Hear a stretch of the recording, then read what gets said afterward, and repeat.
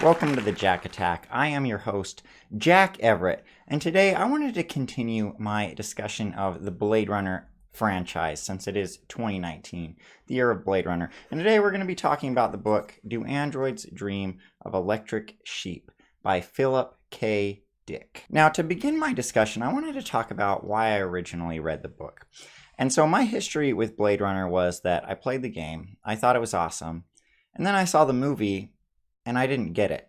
I didn't understand how this movie created this great game that I loved so much when it was just a completely confusing movie. And so I'm like, I must read this novel to figure out what it's all about. And I did, and the novel was excellent. The novel is part of what enlightened my liking of the film because it really explains a lot of things in the film. So I want to talk about the characters in the novel and how they relate to the characters in the film. The main character in the novel is Rick Deckard, who of course is Deckard in the film, but they're somewhat different. And I'm going to talk about the differences here. First of all, Deckard is called a bounty hunter, not a Blade Runner. The term Blade Runner was invented for the film. But Deckard is full-time with the police department. He just works for them, unlike the film where he sort of gets contracted into doing something he didn't want to do. Deckard is also married in the novel. In fact, I should call him Rick, because normally the novel refers to him as Rick. But unlike the character in the film, Rick is much more interesting. He's not boring and bland the way Deckard is in the film. He's a very, insightful person. He puts a lot of thought into what he's doing. Half of the book is Deckard just questioning the ethics of what he's doing. He questions how much he likes it, or I should say dislikes it. And he's really just in it for the money, like it's a job to him. His main motivation behind retiring the androids, they're called androids in the novel, not replicants, but his main motivation is because he gets a bonus for every android that he retires, and he wants to use that money to buy himself an animal, which he does. He buys himself a goat, which is an interesting choice. But my main point in discussing Deckard is he's much more interesting of a character. You relate to him better because he's got a personality. So the next character I want to talk about is Roy Batty. Roy Batty is also a very different character, and there's not as much to say about Roy Batty in the discussion of the novel as there is with the film, because in the film, Roy is the star of the film. Like, he is the main character. He's the anti-hero. He's the reason you're watching Blade Runner, to see his story. But in the novel, Roy Batty has a very minor role. He's just sort of the leader of the replicants, and that's kind of it. That's really all there is to him.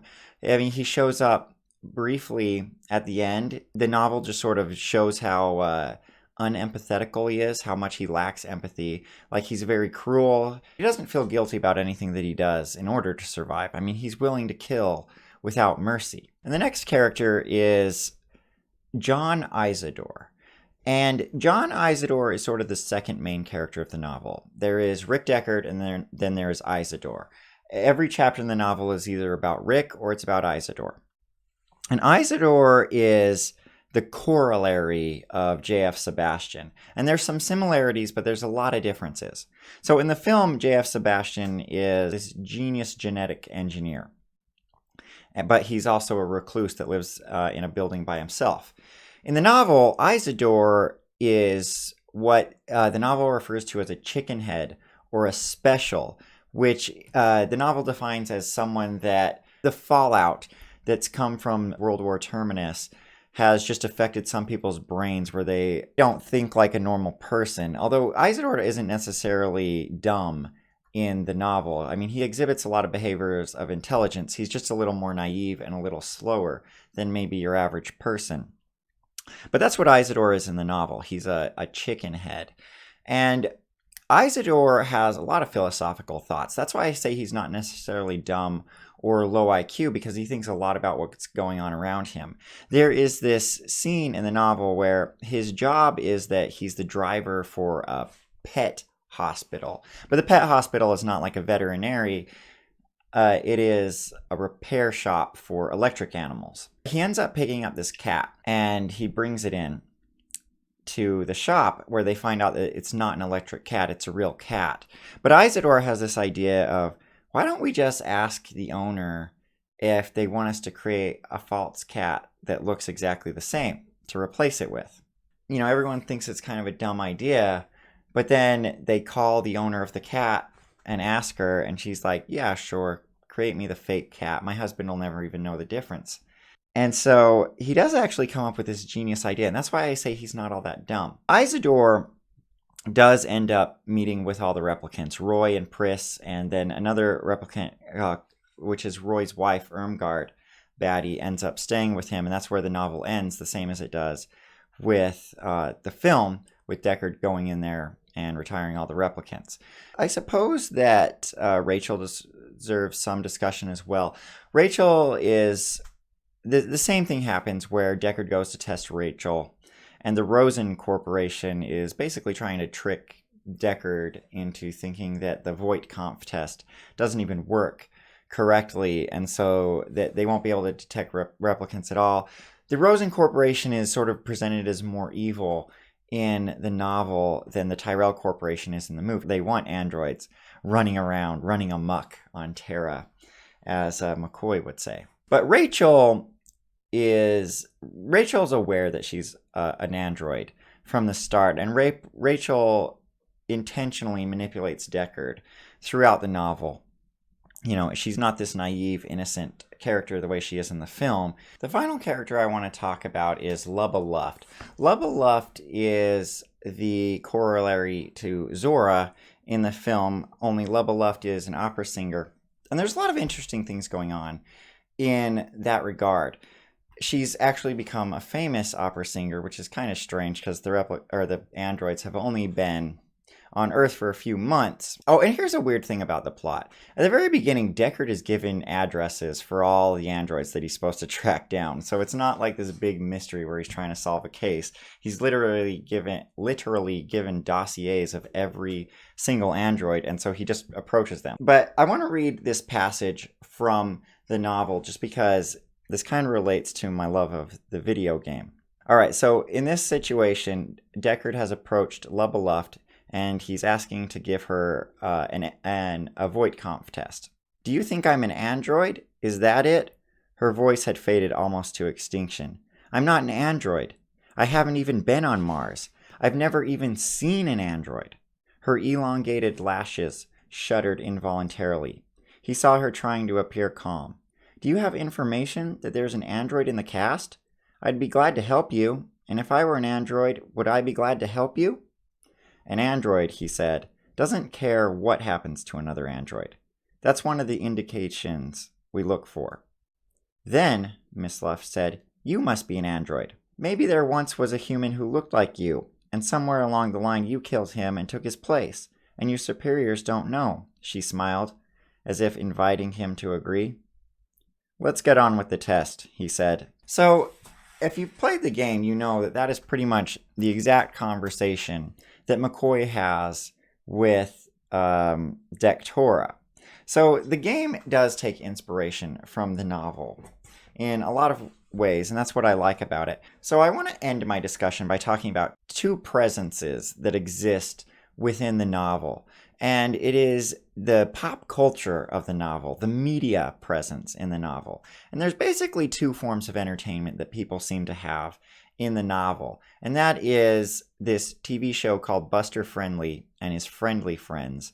And then also this cult slash video game slash TV thing called Mercerism. And I say slash a video game because video games didn't really exist in the 60s when this was written. And so I think if this was written today, there'd be some different ideas going on here to explain it. But Mercerism is basically this VR box that people look into and they see this guy walking up a hill, and the guy's named Wilbur Mercer.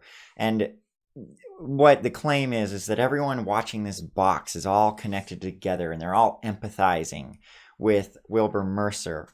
And so there's some interesting ideas going on there.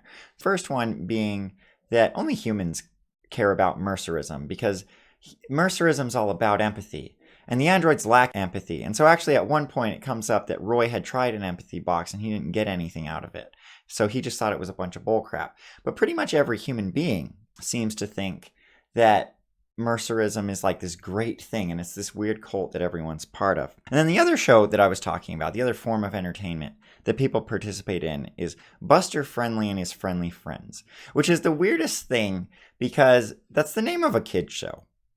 You know, the title of the show is a kid's show, but everyone watches it. Adults watch it. No kids are even ever mentioned in the novel. Isidore, in particular, is a pretty big fan of it. Decker participates in watching the show, but he doesn't really care that much about it. Not as much as Isidore does and other humans. But at one point in the novel, sort of the climax of the side story of these two things, Buster Friendly proves that Mercerism is false. And as the reader, you look at Mercerism and you're like, well, of course Mercerism is a bunch of bullcrap because it's people just watching a screen of a guy walking up a hill. Of course there's no real guy walking up the hill. You're watching a video. So, I mean, it makes sense from the reader that Mercerism is, you know, just a form of entertainment. And so it's kind of interesting. It's interesting to me because both of the things are things everyone participates in.